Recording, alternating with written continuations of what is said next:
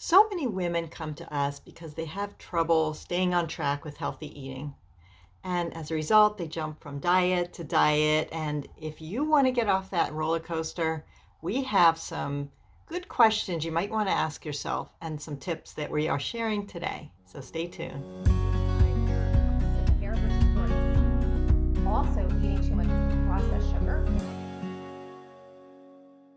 So, hello, I am Stephanie. I'm here with Jane, and we are the Nourishing Gurus, and we help women over 50 stop yo-yo dieting in a healthy, sustainable way and feel good in their bodies again. And if you are what we'd call a serial yo-yo dieter or someone who just has a hard time staying on track with healthy eating habits, know that you are not alone. Okay, so instead of beating yourself up for not having enough willpower or feeling like a failure, we encourage you to step back a little bit and evaluate the situation in a non-judgmental but productive way. So to help you figure this out, we came up with 9 specific questions that we often ask our clients, and we want you to really think through each one and write down your honest answer.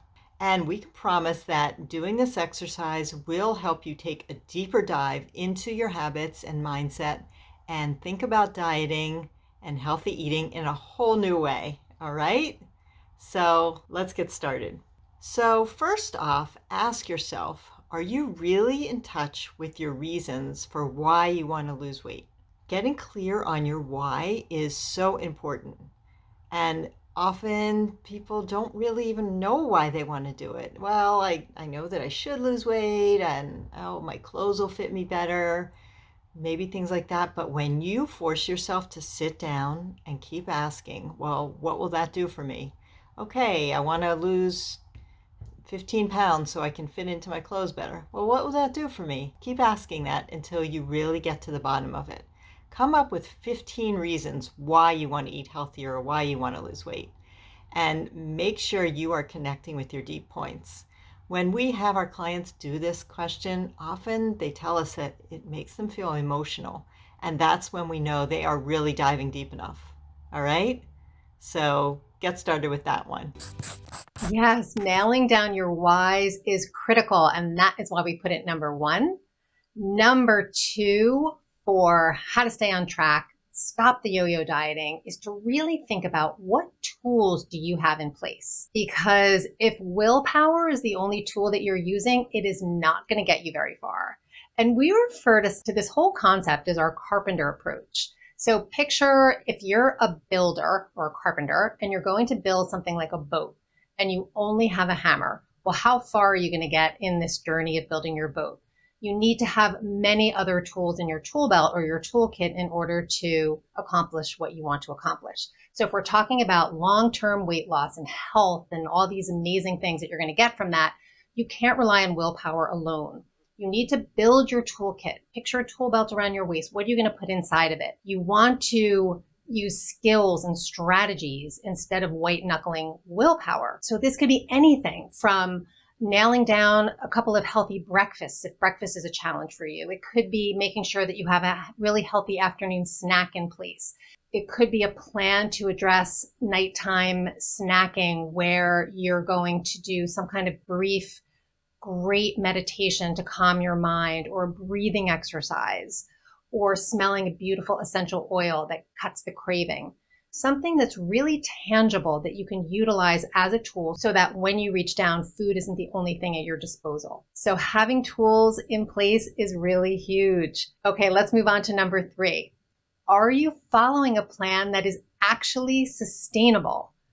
Anybody can go on a restrictive diet and lose weight, but most women gain it back because it's not something that they can do long term. So we always say the way you lose the weight is the way you're going to maintain the weight. So if your restrictive diet is not going to be something you can maintain long term, there's no point in following it because the weight's just going to come back on. So whatever you're doing to lose it should jive with how you want to feel and how you want to act and how you want to live and how you want to eat moving forward your whole life. Number 4, are you making time to eat healthy? Are you carving out little time pockets in order to plan ahead and simplify the process so that you are not left in the lurch when you're really busy. This is so, so critical.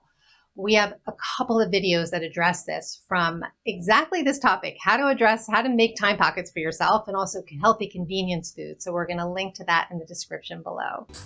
So, question number 5. Is your kitchen really set up for success? So, a well-stocked kitchen will absolutely change your life. If you have the food available and you know what to do with it, simple, quick, easy recipes and things that you can throw together, then you can save yourself time and aggravation and money too, because you're not spending so much on takeout. So take a look around, see how your kitchen's set up, see what food you have in stock, and if you have some quick, easy recipes, we've got lots of them. So we will link below, but really ask yourself that question. Is your kitchen set up for success? Moving on, do you have accountability built in? Do you have a buddy, a friend, a spouse, or other support network that's really going to hold you accountable? When you tell somebody, I want to do this, are they going to hold you accountable? And be careful when you pick this person, because if it's going to be someone that's like, yeah, that's all right, don't worry about it, that might not be the right person. But also somebody who might, trigger something in you that kind of causes you to rebel. But find somebody that you're going to really listen to and that won't trigger an emotional response that you might want to rebel against. So sometimes a family member might trigger this response. And it could be like, oh, you sure you want to eat that? And then your feeling might be like, yes, I'm going to eat it. I'm going to eat what I want. So if that person triggers that feeling, that wouldn't be the right accountability person. So find somebody who's going to keep you on track, but not trigger that rebellious feeling. Okay. So we love checking in with our Simply Nourished members, and they know that we're going to be checking in with them. So they've often said, oh, I know you're going to be checking on me, so I had to make sure that I did this. And we do it in a lovable but firm way, and that really helps people stay on track. Number 7, which is similar, but do you have support around you? And this isn't somebody that has to keep track of you like the accountability, but it's just somebody that's going to support you in a way as if it's somebody in your house, they're not going to leave food out, or they're not going to start bringing food home and encouraging you to eat it that you don't want to eat. So they're not going to store junk food or leave a bag of chips open on the counter. And we have another video on this about getting family support, so we'll link it below and check that out. But there are certain ways that you want to ask for support, things that will help you stay on track. Thank you, Stephanie. Support is super important. Let's move on to number 8. What is going on here? What are you telling yourself in your brain? Are you saying to yourself, oh, this is going to be so hard, or I always fail. Why will this be any different? What we tell our brain is crucial. One of our favorite sayings is, whether you think you can or you think you can't, you're right. We manifest what we tell ourselves every single day. So whatever you're feeding your brain thought-wise is what is going to be your reality. So put in those positive thoughts, crowd out the negative thoughts. Our brains will ultimately always respond to positive thoughts in a bigger way than they're going to respond to anything negative. Every single day is a new beginning. You get to start again. And again, there is so much research backing this up. Those mantras, those positive affirmations, they may seem like a lot of hooey, but they actually work. You just have to work it. Okay, so number 9, our final tip is wondering what you're going to do next. This kind of dovetails on what I just spoke about because it's also a mindset issue. It's things that we tell our brain. If you are still watching videos and following new people and looking at new meal plans or whatever that might be, you're not only wasting time, but you're solidifying the fact that you're not satisfied with what you're currently doing, and your brain isn't going to be really committed to the current process. So free yourself of all those extra spider webs and all the squirrels and all the things you're chasing after, and just commit to something. And hopefully it's something that, again, we talked about, that's sustainable, that's realistic.